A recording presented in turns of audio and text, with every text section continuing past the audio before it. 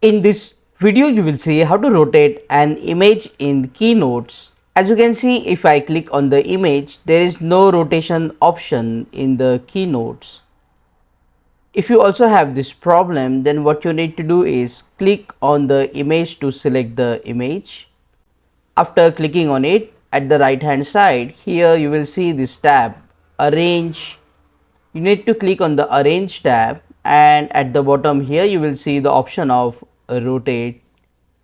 You can use this circle to rotate the angle of the object or an image. So this is the dot here, and if I click here, the image will rotate accordingly. However, it's very difficult to rotate the image like this. So instead of using this dial, you can just enter the degrees. For example, here I am entering 90 degrees, and as you can see, the image is now rotating. And to reset the image, just enter 0 and press enter. You can also use this up and down arrow if you want to rotate the image clockwise or anti-clockwise by 1 degree each time. In this way, you can rotate an image in Keynote on Mac.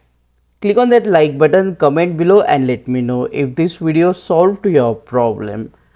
And don't forget to check out these useful videos if you use Keynotes. See you again in the next one.